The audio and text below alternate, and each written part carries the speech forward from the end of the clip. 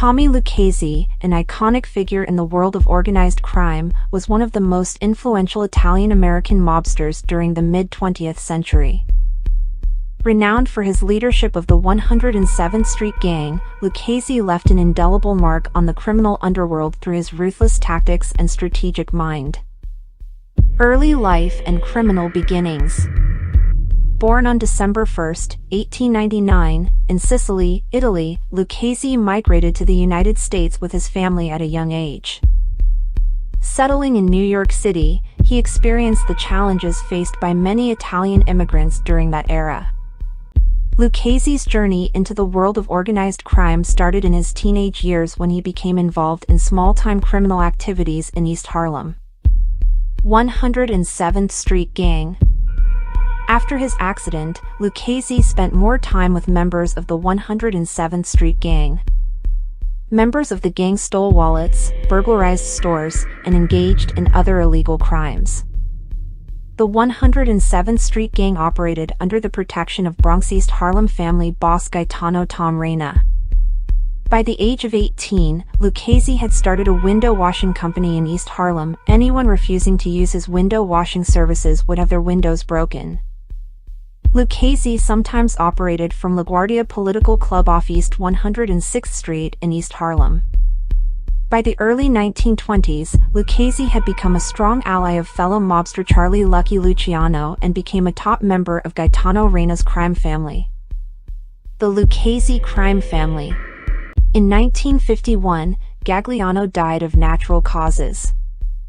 As underboss and de facto street boss for 2 decades, Lucchese was the obvious successor, and the family was quickly renamed the Lucchese crime family.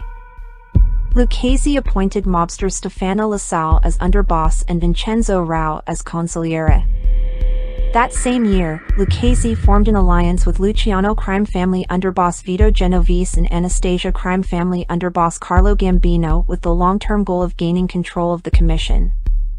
Lucchese became one of the most well-respected Cosa Nostra bosses of the post-war era. He maintained close relationships with New York City politicians, including mayors William O'Dwyer and Vincent Impoliteri. Lucchese concentrated on the core Cosa Nostra values of making money, keeping a low public profile, and avoiding criminal prosecution. The Lucchese family came to dominate Manhattan's garment district and the related trucking industry by gaining control of key unions and trade associations.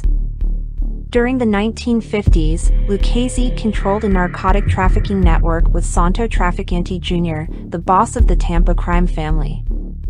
Lucchese had maintained a long-time alliance with Trafficante Jr.'s father Santo Trafficante Sr., the former boss of the Tampa Mafia family, and during the 1940s, helped train Trafficante Jr. in the Mafia traditions.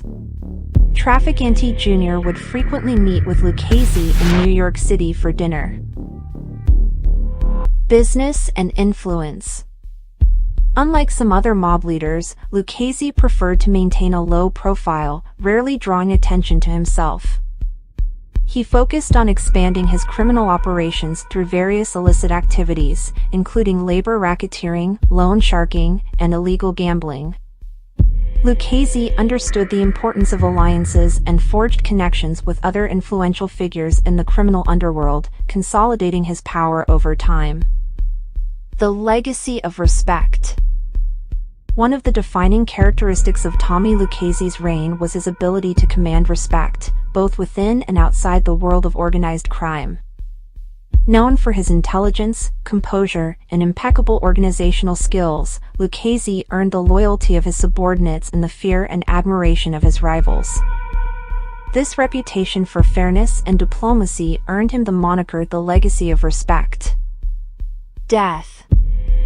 On July 13, 1967, Lucchese died of a brain tumor at his home in the Lido Beach area of Long Island.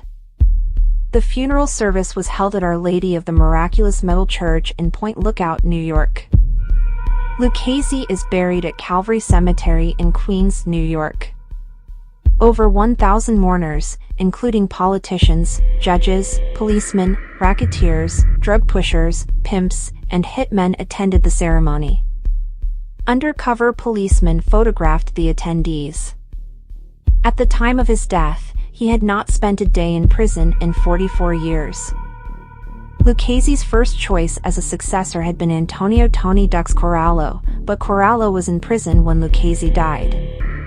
Lucchese's second choice, Ettore Coco, was also in legal trouble and served a short time as boss.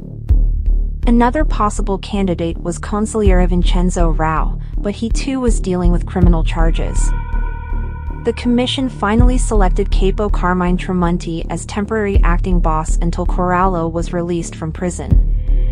Conclusion: Tommy Lucchese, through his leadership of the 107th Street Gang and later the Lucchese crime family, played a pivotal role in shaping the landscape of organized crime in the United States. While his criminal activities were undoubtedly destructive, his strategic mind, discipline, and legacy of respect cannot be denied.